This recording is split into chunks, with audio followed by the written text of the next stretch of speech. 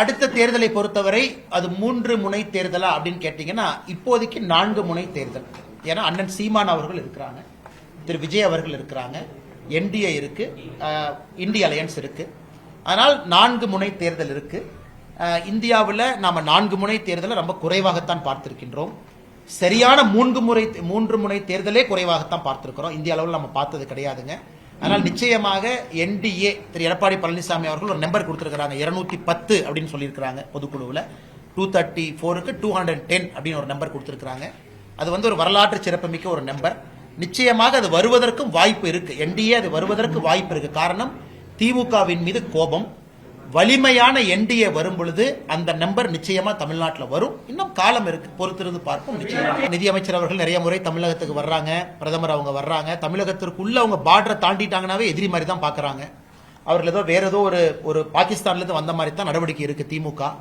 ஆனா இதே திமுக நானும் பாக்குறேன், நீங்க டெல்லியில எந்த அமைச்சர் ஆபீஸ்க்கு போனாலும் அங்க வெளியூர் டிஎம்கே எம்பி வெளியே உட்கார்ந்துருப்பாங்க. நல்லா இருக்கீங்களான்னு கேட்பாங்க. நல்லா இருக்குங்கண்ணா அப்படின்னு நாங்களும் சொல்லுவோம், நல்லா இருக்குங்கன்னு சொல்லுவோம். அதனால டெல்லியில இன்னைக்கு அதிகமா நம்முடைய மத்திய அமைச்சரவை அலுவலகத்தை பயன்படுத்தக்கூடியது யார் என்று பார்த்தால் உண்மையாலுமே திராவிட முன்னேற்ற கழகத்தினுடைய எம்பிக்கள் எல்லா இடத்துலயும் சுத்திக்கிட்டு இருக்காங்க. எல்லாத்துக்கிட்டையும் நல்லா பேசுறாங்க. இவ்வளவு தூரம் ஏன் அன்னைக்கு நவீன் ஜென்ரல் அவருடைய பொண்ணு கல்யாணத்துல டெல்லியில யாரெல்லாம் டான்ஸ் ஆடுறாங்க? மகுமோத்ரா டான்ஸ் ஆடுறாங்க. அப்புறம் இந்த பக்கம் பாத்தீங்கன்னா சுப்ரியா சூலே அம்மா அவங்க டான்ஸ் ஆடுறாங்க. எல்லாம் வெளியே தான் எதிரி.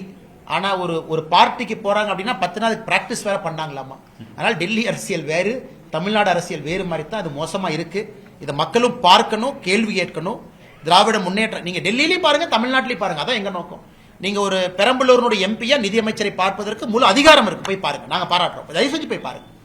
ஆனா அதை பொலிட்டிக்கலா பேசும் பொழுது எதிரி மாதிரி நீங்க பேசுறீங்க இல்லீங்களா, அதைத்தான் நாங்க குற்றம் சாட்டுறோம். தமிழ்நாட்டுக்கு எதுவுமே செய்யல, தமிழ்நாட்டை வஞ்சிக்கிறாங்கன்னு சொல்றீங்க.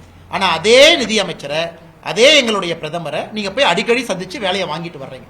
நிதியமைச்சரும் உங்களை எம்பிங்கிற முறையில சந்திக்கிறாங்க. இந்த போக்கு மாற வேண்டும் என்பதுதான் எங்களுடைய நிலைப்பாடு.